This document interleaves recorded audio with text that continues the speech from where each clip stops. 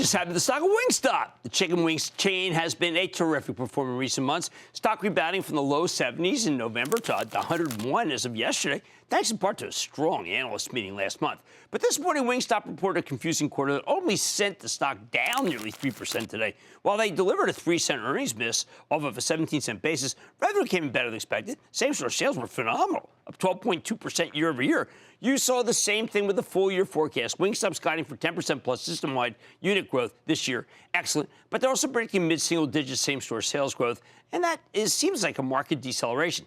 After opening down a couple of bucks, the stock briefly turned positive, climbing to 103. Then it ran out of steam and finished the day in the red, off $2.88. You got to wonder who was right, the buyers or the sellers. The stock's been a big winner for us over the years, so let's check in with Charlie Morrison, the chairman, president, CEO of Wingstop, learn more about the quarter and where the company's headed. Mr. Morrison, welcome back to Mad Money. Great to be here, Jim. All right, Charlie, I'm looking at the fabulous deck and, of course, the numbers. And all I can think of is you have confidence in your model because you have incredible industry-leading margins, and that's what I care about when I'm in the restaurant business. So explain how much better you are than Domino's, Chipotle, Yum, Papa John's, and McDonald's. Well, Jim, we're a brand that's in a category all by itself, and we do have some of the best margins in the industry, no matter how you compare it. And a lot of it has to do with the strength of our brand and the continued growth. We've just finished our 16th year of positive same-store sales growth. Our core commodity product, chicken wings, has been very stable over the past couple of years. That's good for our brand. Our franchisees are reinvesting now with over 600 restaurants in our domestic pipeline. We continue to see the outlook for growth and the levers that we have in front of us to drive this brand for a long time to come. In the meantime, I was shocked. 39% digital already? No one's even near that.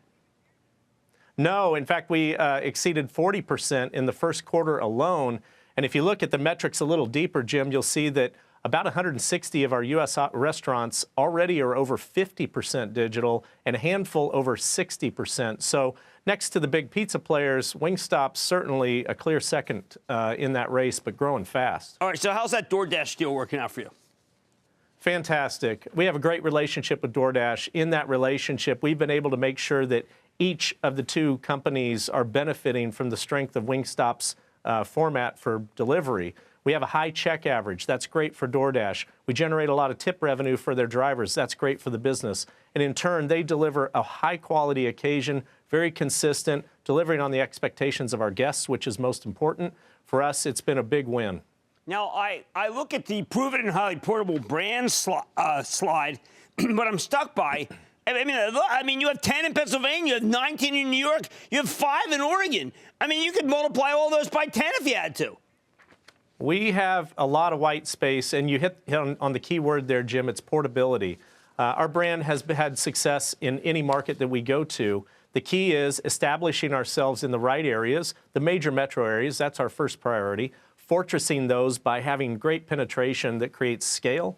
That advantage leads to consistent restaurant performance. And if you look over time, our restaurants continue to comp up each and every year from the day they open all the way through their history, even our oldest restaurants in the system. So we have a lot of confidence in our ability to really penetrate those markets in the future. Now, you have a lot, it seems like a lot of information about people. I know you use Salesforce.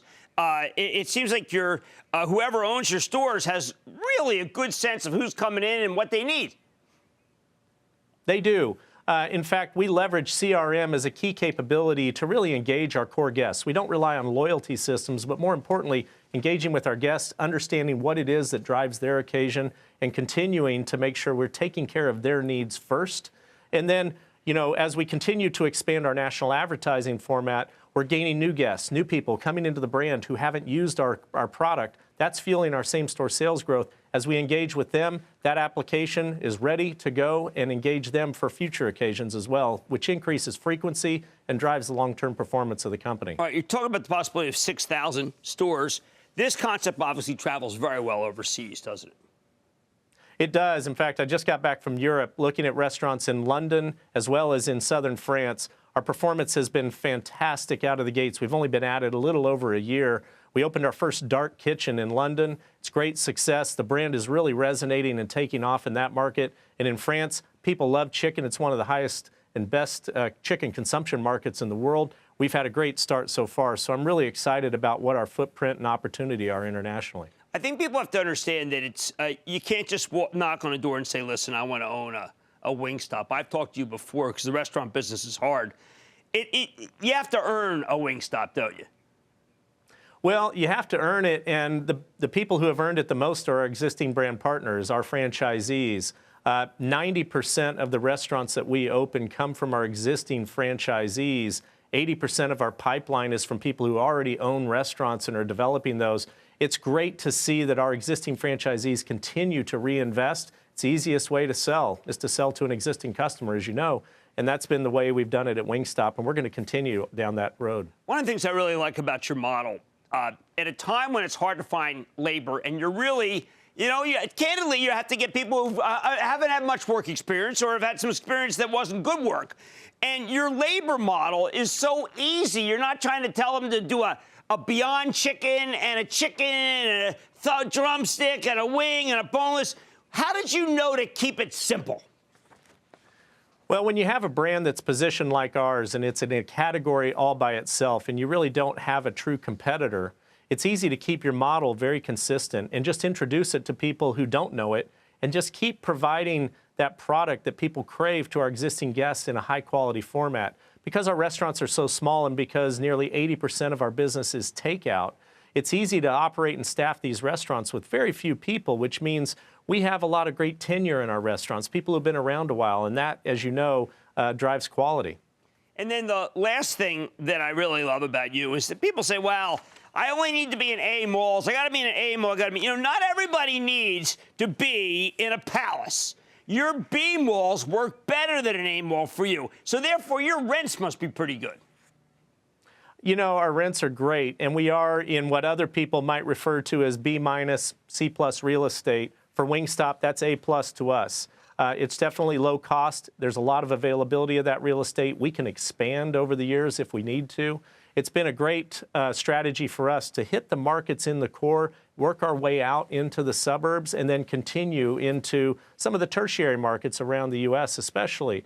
But for us, any site's a great site, and as we continue down our path, we'll be looking for more strategic sites where we can capitalize on delivery, which is a growing part of our business and a big lever we're going to pull this year to be able to even be more stealth, perhaps, in our location strategy. Well, look, congratulations, Charlie. I mean, you just keep delivering. If I focus on a 3-week period, I missed the gigantic move, and I know better than to do that. Charlie Morrison, the Chairman, President, CEO of Wingstop. Great to see you, sir. Really great to talk to you. Thank you, Jim. Guys, this is a long-term winner, and when it's down is when you buy. Mad Money's back in. Booyah! Jim Cramer here from Mad Money. Thanks for watching CNBC on YouTube.